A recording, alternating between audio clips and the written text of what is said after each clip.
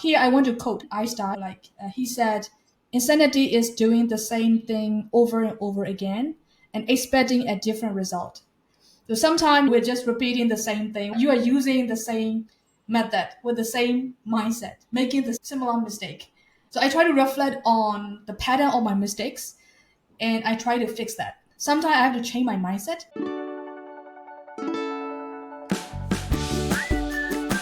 Hello and welcome to Tea Leaf English. I'm your host, Thu, and today I've got a special guest, Teacher Moe from Milestone of Excellence Academy, also known as Moe Academy. Hello, Teacher Moe. Hello. Thank you for coming to the show.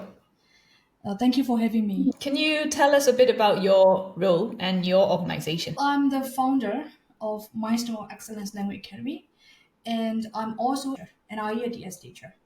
So I think in 2018, I founded Milestone Excellence Language Academy because I'm really passionate about teaching and as well as learning English. I believed I was on some sort of mission, I would say, to open IELTS classes as well like English classes, catering for students from diverse educational and cultural backgrounds. So yeah, we are now providing those classes for people in Myanmar, as well as some other nationalities. We have trained some foreigners too. Wow, that sounds quite diverse. So your students, are they also from all over Myanmar? And where are they from? Due to the COVID pandemic, most of the classes as already have been transformed to, they were forced, I would say, to be transformed to digital platform. I was hesitant to teach online at first, but later I would say I fell in love with this platform as well because like right now I'm teaching students from different parts of Myanmar. And there are also some students from, there are some economic migrants, right? They are now in America, Australia, and Singapore, and Thailand, Japan too. Oh, that sounds amazing. So you must be quite busy as well, teaching all those classes. Yeah, of course, it's tiring. You are a teacher, you also know the demands of being a teacher. It is not only physically demanding, but also mentally draining sometimes. But I feel that it's very rewarding profession because that's my choice, right, to pursue this career. Yeah. That's great. So now I'd like to talk about your student life a little bit. So can you tell us about your English language learning journey and how you have developed your language proficiency to become an IELTS teacher as well? So to be brutally honest, I was neither good nor interested in English. Until I was in grade 8 or 9, I would say. Then I met a teacher who had a profound impact and a lasting impression on me. I would say he changed my attitudes towards learning English. His lessons were really engaging, so engaging that I made a real progress. And one thing he never insisted on us doing homework. Of course, he gave us homework, but not to let him down. All of us, we did homework. So I would say, we who I am right now, I have become also an independent learner in a way. And it has a lot to do with him being able to instill a love of learning in us. So that's the kind of teacher I try to be as well. In terms of how I try to develop my language proficiency, admittedly, my way of learning language was a bit traditional, conservative, not very communicative because I rely on like grammar books written for lexical enhancement, lexical resource. So my way of learning like English language was quite traditional. Like there was a period, even a phase where I tried to memorize 12 or 10 lexical items a day. So most people are skeptical of this method, right? I didn't just learn these individual phrases by heart. Also, sometimes I would just learn the whole chunk. And if I really like the sentences, the way the sentences are constructed, I would memorize the whole sentence. I was not very familiar with the terms like lexical priming, but I knew that it was a good idea to learn the phrases as a chunk. But the thing is that, like I said, my writing was quite good, even back then. Grammatical knowledge was quite okay as well, especially declarative knowledge. But it was a bit passive. I did struggle in speaking because pronunciation, I also picked up a lot of phrases by reading, not by means of listening to audiobooks or watching video. So I didn't have enough exposure to authentic English in that way. So I joined like speaking clubs in order to try to convert that passive knowledge into active one. I think that will pretty much sums up my journey in terms of learning English language. What you're saying is your attitude to the process matters a lot, I think, because you're saying previously you didn't really enjoy or you don't really like English learning. Then you change your attitude, you become more interested in it. So I think having the sort of right attitude or mindset would help a lot. Yeah.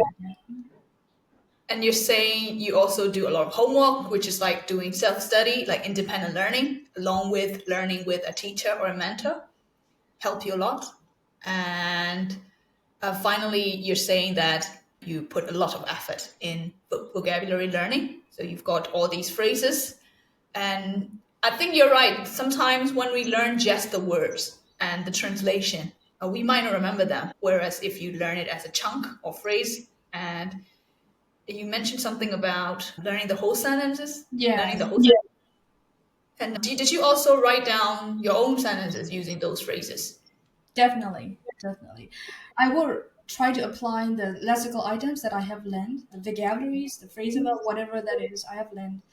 Because personalization, I didn't know that I was using personalization. But as a teacher, of course, like in retrospect, I was trying to personalize the phrases, trying to link existing knowledge and new knowledge to existing knowledge.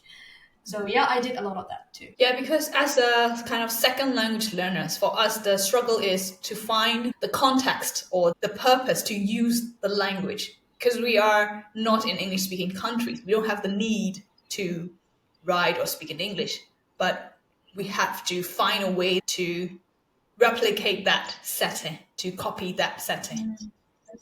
Yeah. So for you then is like making own sentences, personalizing it, and then you enjoyed that process as well. So that helped you a lot, would you say? Yes, that's right. After you have written some sentences on your own using new phrases you have just learned, you have that immense sense of satisfaction. You feel proud of yourself as well. I think that positive reinforcement, that motivation, can also keep you motivated. If you feel motivated, you want to do more. So I think, yeah, I would say that's really effective. Yeah, I think these days is even more advanced, right? Learners can also even get feedback straight away because for us, then that would have been an issue because although we have written sentences and we don't know whether Now we have ChatGPT, AI. so we don't know whether it's correct or not, and then now we're there.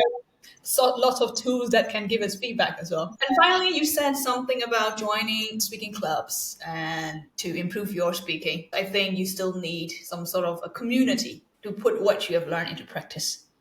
Yeah. Because in reality as well, we have to interact with other people. Right? That is the essence of learning, right? And also language as well, right? It's a tool, communication tool. Yeah, only when we communicate with other people using the language, that would make sense, right? But yeah. So I've got one question there. If you could start your language learning journey again now in this age, what would you have done differently? I think I would definitely rely on a lot of tools available these days. And for example, we have an app, I think Cake, right? So it's just like repetition, like stuff. They have the question and sample responses. You have to read out the response, and then the AI will check how accurate your pronunciation is. So you will get a score based on that, something like that. It's very, I think it's like free. Yeah, I think it's like free to all the users. So I think I would try to make use of the tools available more. And of course, here right now, learning in monolingual classroom is good.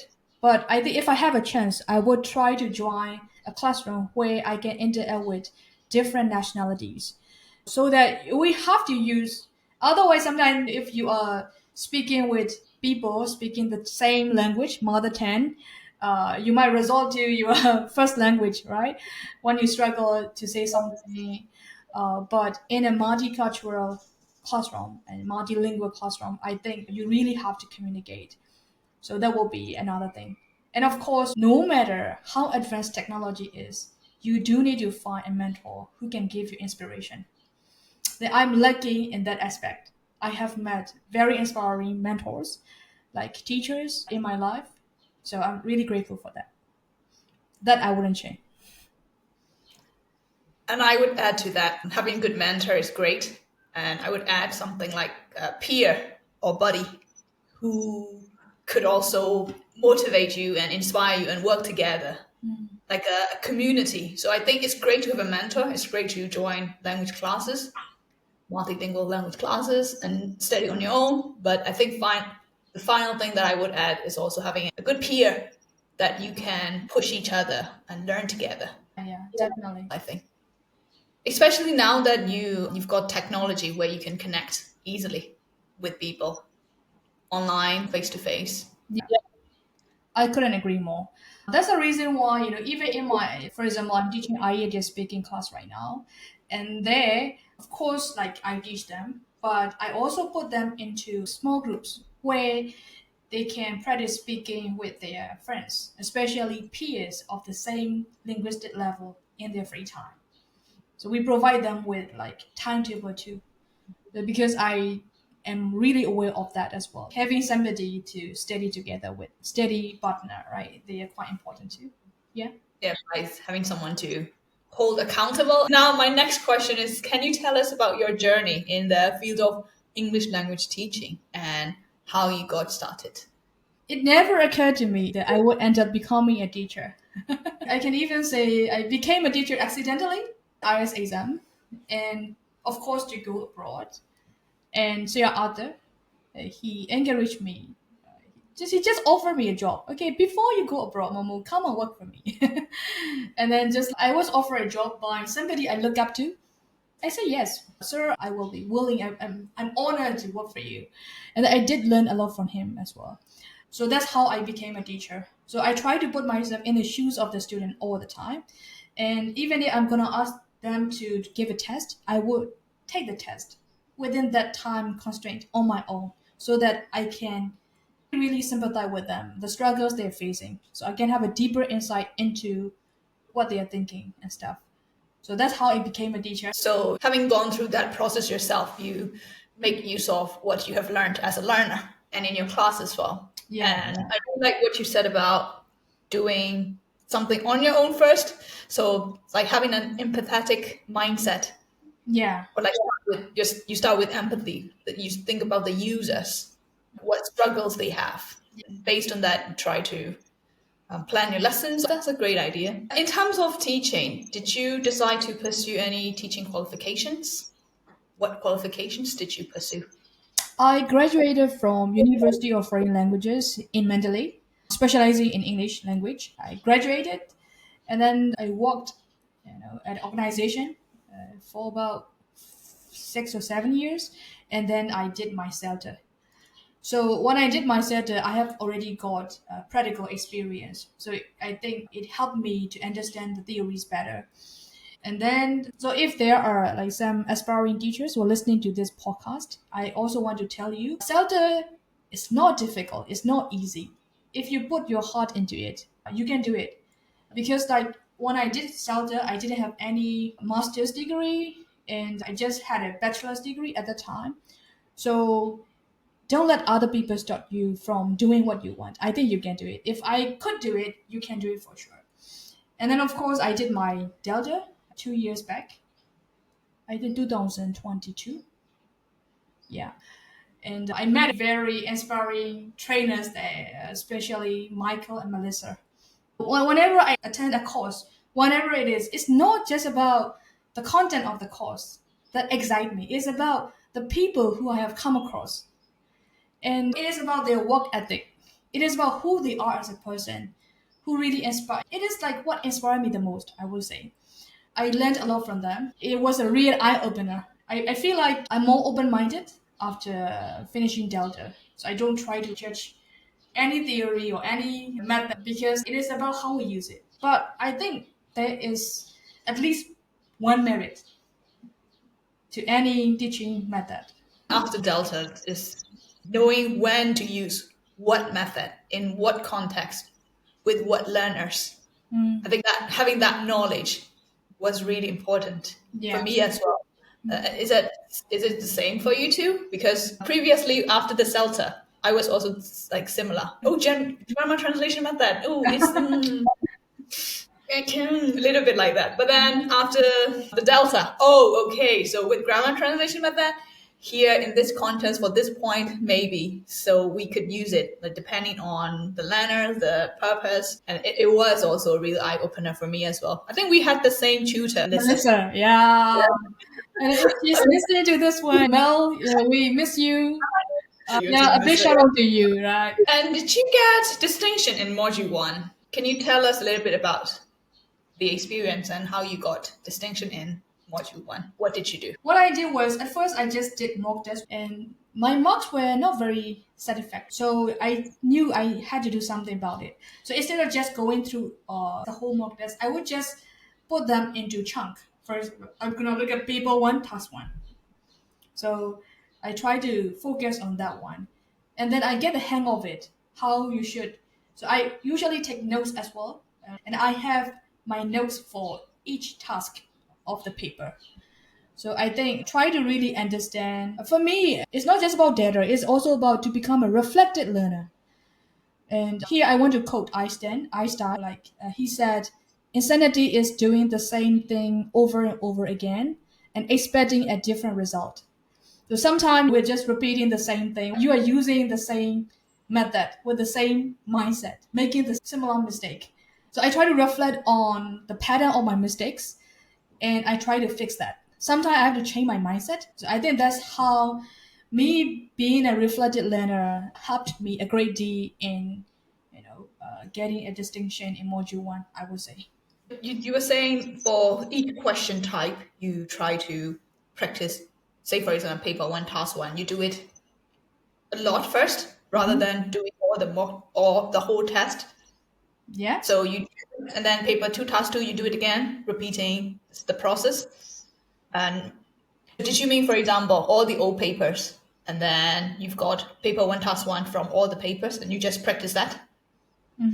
Yeah. At first, of course, I did do the whole test first. I had some aspects, my strengths area.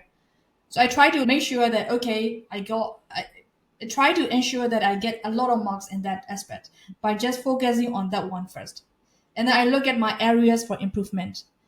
And then I try to find out the reason why. We have also guideline answer, right? So I try to compare my answers and guideline answers and how they are different. And instead of just trying to read the guideline answer, I just try to understand the reason why the answer is that one. Why the guideline answer is. You try to understand, it takes time actually. But I didn't focus on quantity. It's not about how much you do sometimes, it's about how you do it.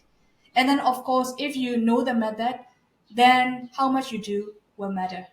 But at first, I would say you have to really know what is lacking, what you are lacking, in which aspect.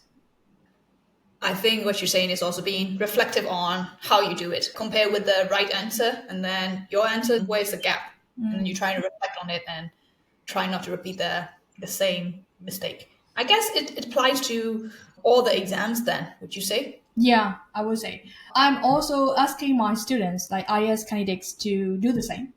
It's not about, you have to really know. Some people like, okay, they take the test. Okay, 32, yay.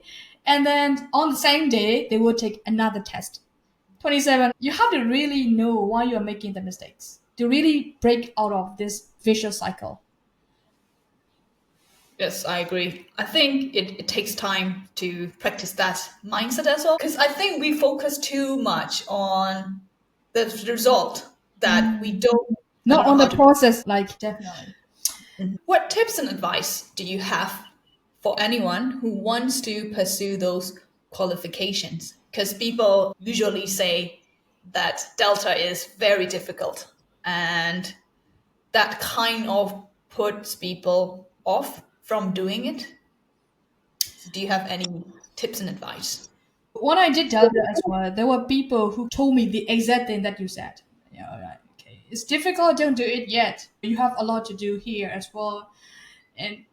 But you have to listen to your inner voice. If that is something that you truly want, truly desire, just go for it. And you have to believe in yourself. And you owe it to yourself that you try to be the best version of yourself. So the very first thing I want to tell you is that please get rid of those limiting beliefs. And the second one is that you do have to work hard. Be prepared to work hard. And I'm not saying it's going to be easy. I'm not saying it's going to be really difficult. I'm saying that it will test you whether you can give it your all. Even right now, you can start reading books. There are some books that you can read. Like for pronunciation, you can read like Sound Foundation by Adrian Underhill and like Scott Thornberry. Some of the books, Learning Teaching by Scrivener, right? And there's another one, I think it's on the tip of my tongue. I think that by Scott Thornberry. Really good one. He's got a lot of good books. Beyond the Sentence or A to Z of ELT. Yeah, Do you mean that one? That one, yeah. Okay, yeah, that one too. So try to read some of the books written by those ELD specialists, and you can start preparing right now. And the thing is that you can just do bit by bit. You don't. Some people try only when they attend the class, but I would recommend try to be a lifelong learner. Try to set aside some time. I'm gonna read one chapter today, like that. Try to do that. I think data is manageable. Trust me, it is manageable. Yeah, because some people have said that, oh, don't do it yet, you're not ready, or it's very difficult and things like that, which is true. But I agree with you, having a plan and thinking about it, planning it. And also I must say one thing, because it's expensive as well. So if for some reasons financially you're not ready to do it yet, that's fine. You can start reflecting on your lessons in your class, because one of most Delta tasks are related to everyday teaching tasks. Say, for example, one task is about coming up with language expressions or language that learners might need in a particular task. For that, you can start practicing. You also should try to be familiar with as many course books material as possible. And instead of just using the course book, try to understand the logical reason behind each exercise. So always ask why. Why am I doing it? Why do course writers put it here? And there's also a task where you have to really find the logical reason behind the sequence of exercises, right? I want to recommend that try to look at every exercise, even course book materials, with an open mind. Just because the exercises are arranged that way doesn't mean it is the best sequence for you to teach your students.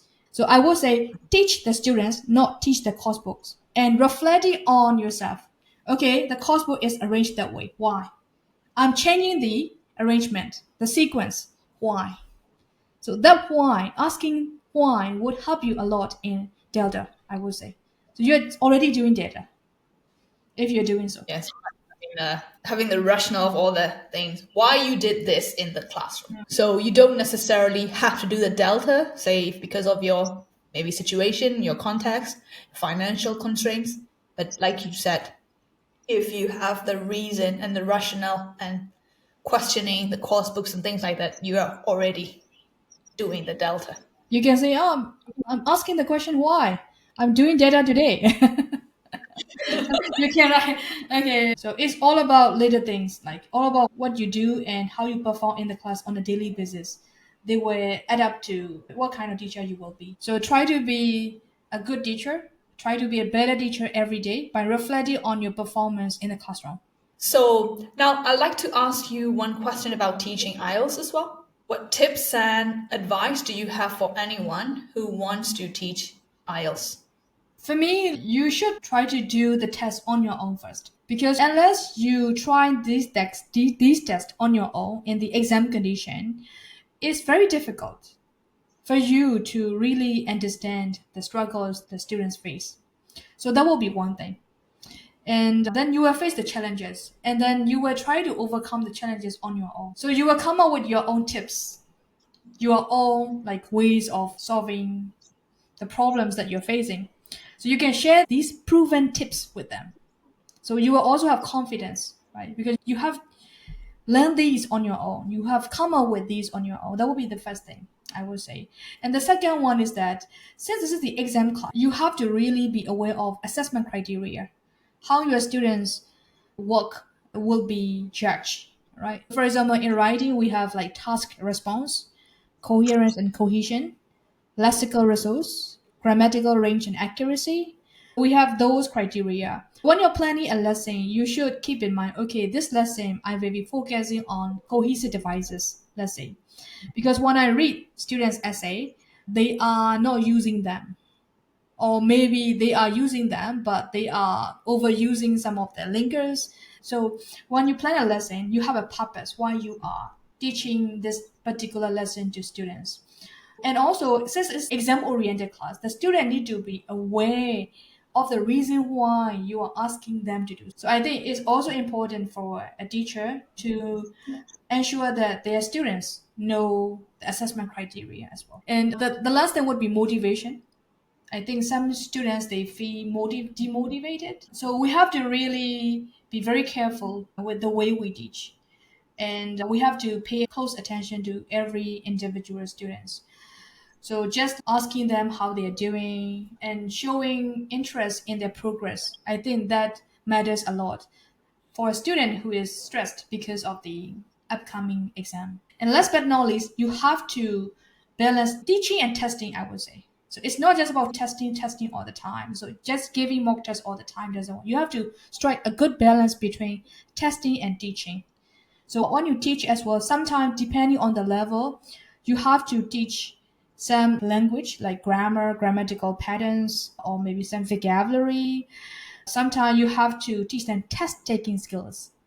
Having said that, the most important thing is to be able to create a productive but enjoyable learning atmosphere where students get constructive feedback and they are getting necessary input, I would say. But to be able to do that, we should know what we should teach the students.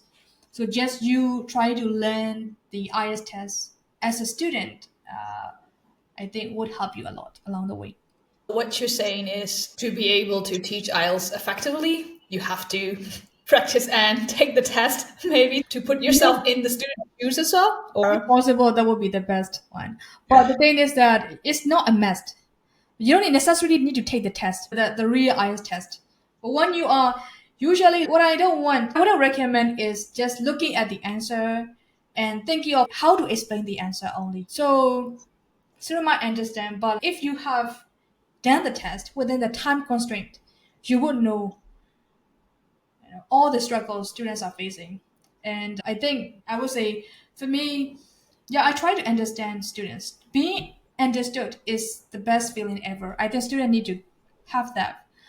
So I'm not saying it's a must, but it's an advisable one. In teaching term, we call it subject knowledge. So to teach something, you really need to have an in-depth knowledge of that area, subject knowledge. And then you said something about rationale, also communicating that rationale to learners, because as far as I am aware of, most IELTS students are also adult learners. And with adult learners, they want to know, why am I doing this in the class?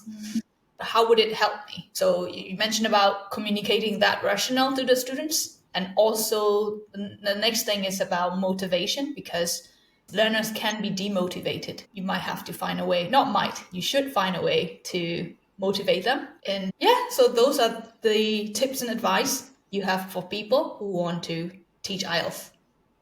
Yes. So, Teacher Moe, thank you so much for coming to the show. Thank you so much for having me as well. And I also hope that the listeners to this podcast get something out of this. I hope so too. So I hope to see you soon. Thank you. This is Tea Leaf English, where we brew knowledge, sip inspiration, and connect with a vibrant community of teachers. Happy teaching!